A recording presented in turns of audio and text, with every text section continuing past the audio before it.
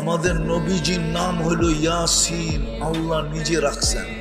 আল্লাহ ডাক দিছেন ইয়াসিন, বন্ধু ইয়াসিন ওয়াল কুরআনিল হাকিম। তারপরে কোরআনে হাকিমের কসম খাইছেন।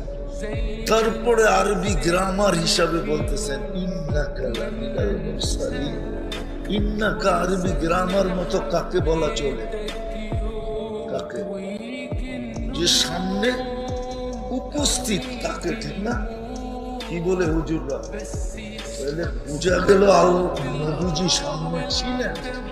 কোন রূপে ছিলেন এটা জানি না, এটা নিয়ে আমার তর্ক বিতর্ক নেই, কোনো মতই নেই, কিন্তু ছিলেন সামনে বসা। উনি চলে গেছে। আপনার আমি কোন খাতের মূলা? রাগ হয়ে গেলেন?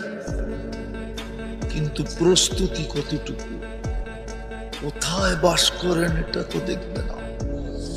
যদি দেখতো তাহলে বেলালের বাড়ি আমাকে 6 বার কাঁদাইতো না। 6 বার।